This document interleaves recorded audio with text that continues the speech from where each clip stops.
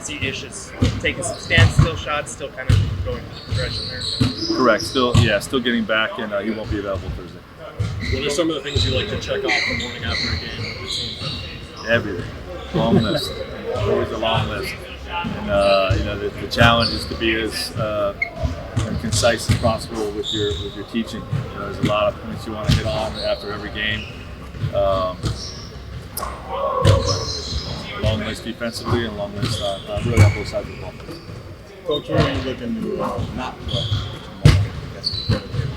I haven't made decisions on who will be in or out yet for Thursday. I'm curious, when you're playing a game on a neutral site, there's surprising logistics that you got to deal with that maybe you wouldn't in other situations. What are some of the things that maybe not challenging but part of playing a neutral situation? Just unfamiliarity of the buildings. The buildings nowadays are typically pretty good when you're playing off-site. When I was a video coordinator, we were playing in some buildings that were not fit for NBA basketball. And there was some challenges from a technology standpoint. But anymore, most of these buildings we play in are really nice and equipped with everything. So you just get your guys ready to play.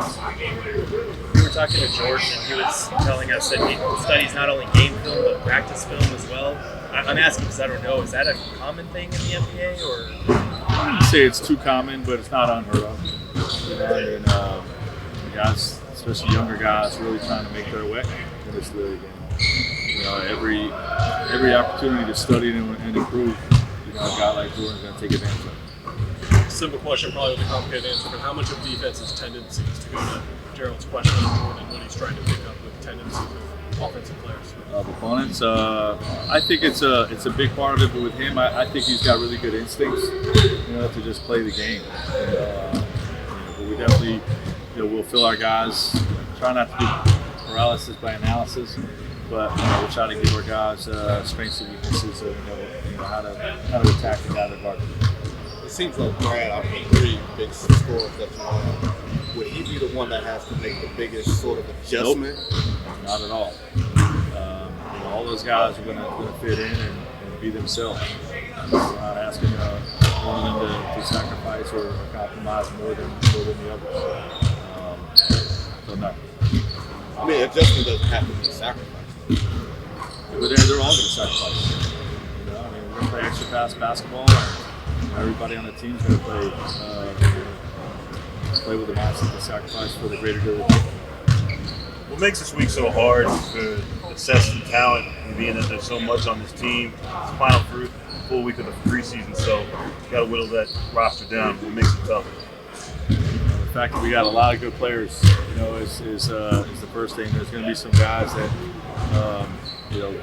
for sure I feel great about having in my rotation that may not be in the rotation, at least to start the season.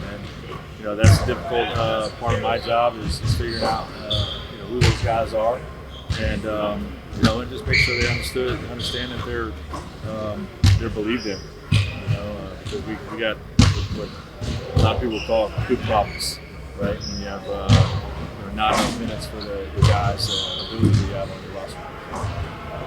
Coach, the last two games, you guys have really gone on some really good runs in the second quarter. What's been the key to it?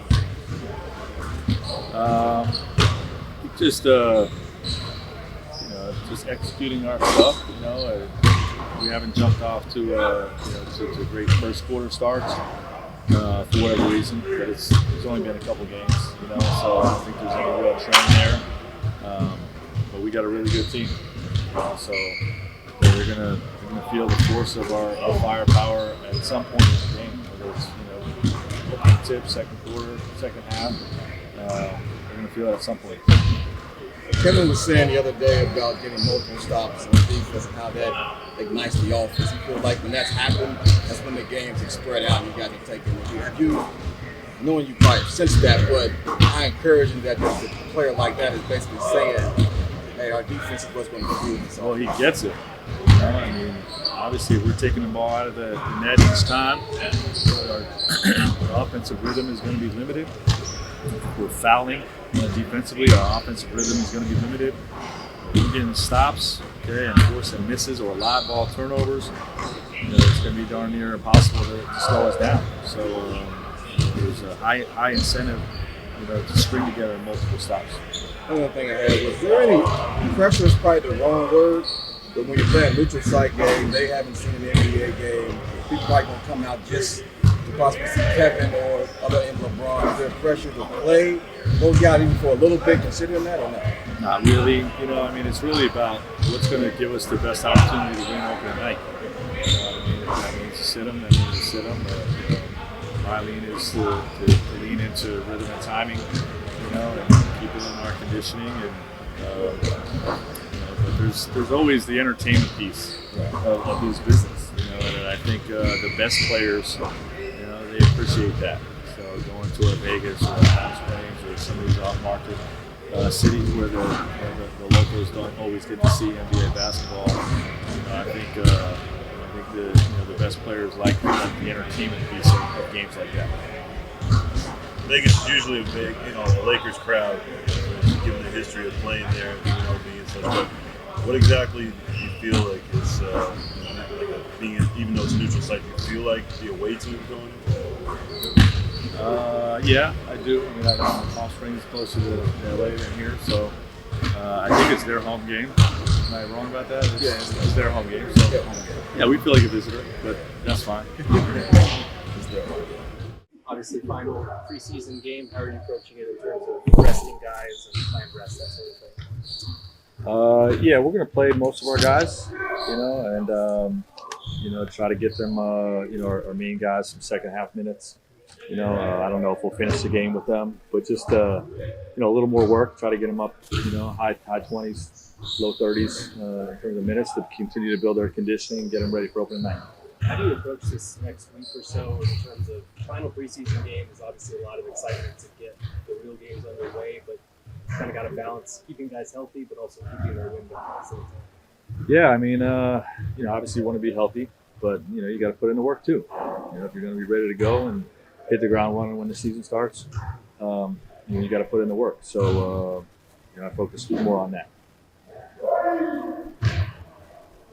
Coach, how have you and your staff felt just about the rebounding and how you guys have done with that through the first couple of preseason games? Can be better. Can be better on both ends.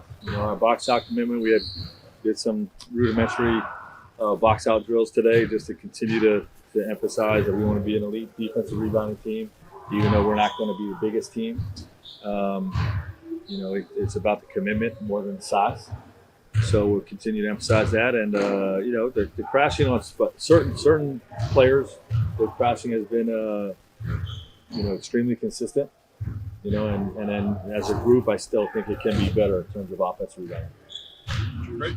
Grayson said yesterday that playing with pace wasn't something that's necessarily been an emphasis, but it's clear that the players are going that way with how they want to run up makes and misses. How have you liked the discipline in getting out in transition? Yeah, I like how we run on turnovers and misses right now. We're not really committed to take it out of the net and get out and go, which is something I think we have to improve upon. Because I do think there's ground you can make up and possessions that you can win. By getting the ball up the floor faster. But off turnovers and misses, I'm happy with where it's at. And with how many guys you have that can dribble and make the right play, this roster's kind of sort of suited for that in a natural way, right? Absolutely. Kick aheads, getting guys down the floor, all those things that we have been talking about. Considering you're still tinkering around with your offense and your lineup, how do you set a rotation early in the season, knowing that it's an 81, 82 game season and it's a long haul as opposed to an early sprint? Yeah, I'm gonna try to win game one. That's what I'm gonna set out to do, and obviously that doesn't mean we're going to play guys 45 minutes in game one. We'll have a rotation built in that's built for an 82 game season. The bigger thing is just getting seeing all the different pieces. We're not going to be able to play everybody obviously opening night, and we'll have a rotation in place to play those role players, and then at some point give other guys looks as well. Drew's one of those guys that likes to go for block shots and dunks on the other end. What have you seen from him on both ends in terms of his? Yeah, I like his activities. It's a rare combination of toughness and athleticism. You know what I mean? A lot of guys that can jump like he can jump are rail thin, and can't really bang. and I like his ability to bang and have vertical spacing, and it gives us a presence. That trick with the toothbrush on Letterman. Have the guys asked you if you can still do that to this team? I don't know if I got asked that question, but I got a few laughs out of it. When they showed the guys on media day, got a few laughs out of it. Yeah. Hey, Coach, I'm just kind of curious. It can be difficult, right, to kind of establish team chemistry so early on. But everything seems to be such a smooth transition. Like we've heard Field repeatedly say everything's been a smooth transition for him as well. Why do you think that is? I think everybody understands what we have here. We have a special team that has realistic expectations to compete for a championship. Obviously a lot has to go our way. We've got to put in the work, all those types of things, and there's a lot of other great teams out there. But when you have a built-in belief just by looking at the pieces around you, I think there's more of an inclination to jumpstart your chemistry.